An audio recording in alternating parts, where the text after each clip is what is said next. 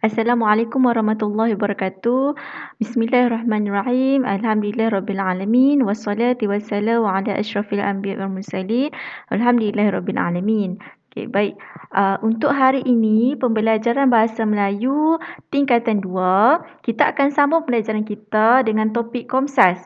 Okey, baik, untuk Komsas hari ini kita akan tengok bahagian prosa tradisional. Antologi Baik Budi Indah Bahasa, satu-satunya prosa tradisional yang ada dalam antologi tersebut ialah prosa yang bertajuk Pelanduk Mengajar Memerang. Jadi, harapnya pelajar semua dah sedia membaca prosa tersebut kerana pada hari ini kita nak kupas elemen-elemen yang ada dalam prosa tersebut. Perwatakan, watak, tema, persoalan dan sebagainya. Sebelum kita mulakan sesi pembelajaran kita, eloklah kiranya kita imbas kembali sinopsis cerita. Okey, baik. Untuk sinopsis cerita, kita akan tengok melalui video yang akan saya tayangkan. Okey?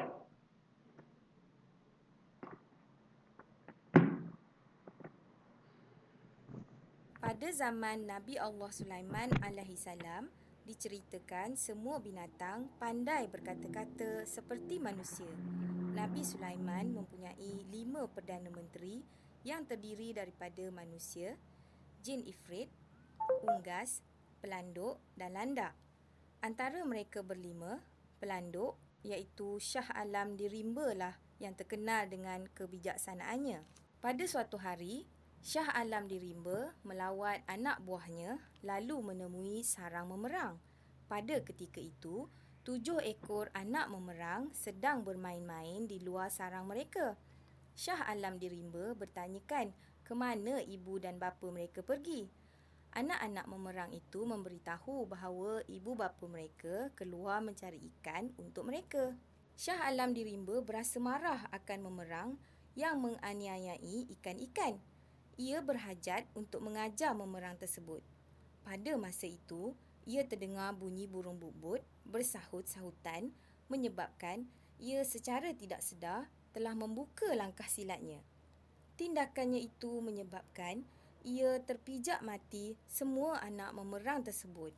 Setelah hari petang, memerang suami isteri pun pulang ke sarang mereka.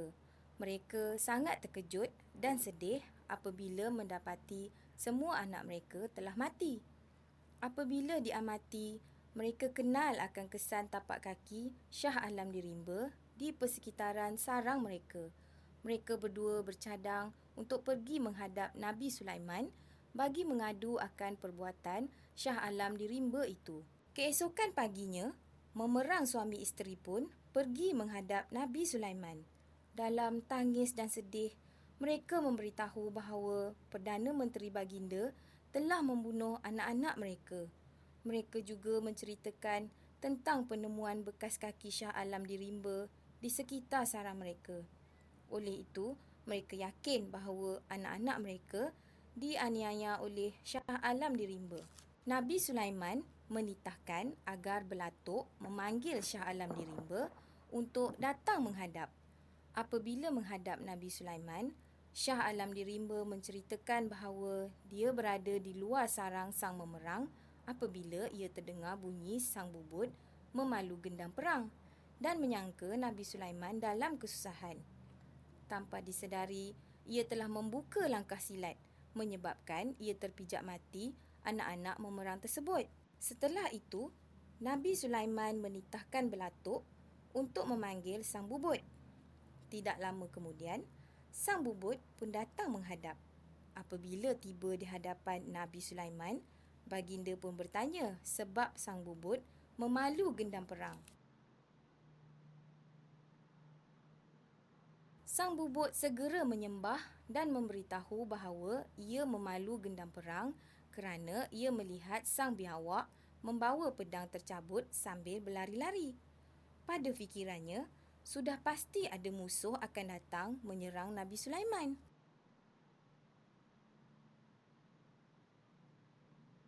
Nabi Sulaiman menyuruh pula belatuk untuk memanggil sang biawak datang menghadap.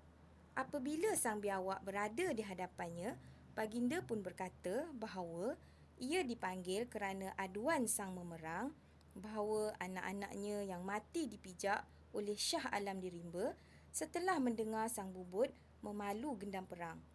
Sang bubut memalu gendang kerana melihat ia membawa pedang tercabut. Oleh itu, baginda bertanya musuh mana yang akan menyerangnya. Setelah mendengar kata-kata Nabi Sulaiman, sang biawak segera menyembah menundukkan kepalanya. Sang biawak menjelaskan bahawa ia membawa pedang bercabut itu kerana melihat sang labi-labi mudik menyerending membawa perisai. Ia menyangka ada musuh yang hendak menyerang Nabi Sulaiman. Baginda kemudiannya menyuruh belatuk memanggil sang labi-labi. Sang labi-labi datang menyembah dan menceritakan bahawa ia membawa perisai adalah kerana ia melihat sang udang mudik sambil membawa tombak bercanggah. Oleh sebab itu, ia sangka bahawa Nabi Sulaiman akan diserang musuh. Apabila didengar oleh Nabi Sulaiman akan kata-kata sang labi-labi yang melihat sang udang mudik itu, baginda pun menyuruh belatuk memanggil sang udang pula untuk datang menghadap. Apabila menghadap Nabi Sulaiman, sang udang memberitahu bahawa ia mudik membawa tombak bercanggah kerana ia melihat sang sebarau mudik berikat pinggang dalam keadaan melengkung. Oleh itu, ia pun mudik kerana hendak menghadap Nabi Sulaiman kerana beranggapan baginda dalam keadaan bahaya. Selepas mendengar sembah sang udang, Nabi Sulaiman menyuruh belatuk memanggil sang sebarau pula. Dalam perjalanan, belatuk bertemu dengan sang sebarau dan menyampaikan arahan Nabi Sulaiman. Sang sebarau memberitahu bahawa ia juga hendak menghadap baginda. Nabi Sulaiman memberitahu tujuan baginda memanggil sang sebarau datang menghadap. Hal ini disebabkan aduan sang memerang yang kematian anak-anaknya akibat dipijak oleh sang alam di rimba setelah mendengar bunyi gendang perang yang dipalu oleh sang bubut. Sang sebarau memberitahu bahawa ia memang hendak menghadap Nabi Sulaiman. Ia menceritakan perbuatan aniaya memerang yang sering menangkap dan makan rakyatnya. Semua rakyat jelata, anak dan isterinya telah habis dimakan oleh sang memerang dan tinggal ia seekor sahaja di lubuknya. Oleh sebab itulah ia berduka cita dan melarikan diri. Keadaannya itu dilihat pula oleh sang udang sehingga mengakibatkan hal yang lebih besar. Cerita sang sebarau itu menyebabkan Nabi Sulaiman murka. Baginda bertanya kepada sang memerang jika benar mereka menganiaya rakyat sang sebarau. Nabi Sulaiman meminta sang memerang menceritakan apa sebenarnya yang telah berlaku. Sang memerang mengaku bahawa semua yang dipersembahkan oleh sang sebarau itu adalah benar dan meminta ampun.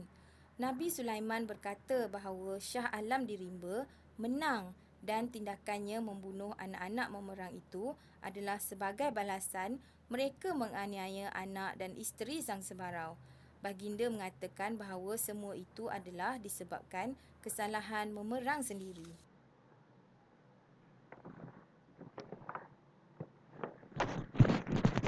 Okey, baiklah. Kita dah tengok tadi sinopsis perjalanan cerita daripada awal sehingga habis prosa klasik bertajuk Pelanduk Mengajar Memerang. Jadi kita dapat tahu daripada permulaan, pertengahan hingga penghujung cerita di mana kita dapat tahu sekumpulan haiwan yang hidup di zaman Nabi Allah Sulaiman dan Perdana Menterinya adalah pelanduk. Pelanduk yang jumpa memerang dan membuat kesalahan iaitu memijak terpijak anak sang memerang dan dari situ terjadinya satu peristiwa di mana berkaitan antara satu sama lain lah sehingga akhirnya dapat tahu apa punca yang sebenarnya berlaku iaitu kita dapat tahu bahawa segalanya tu berpunca daripada perbuatan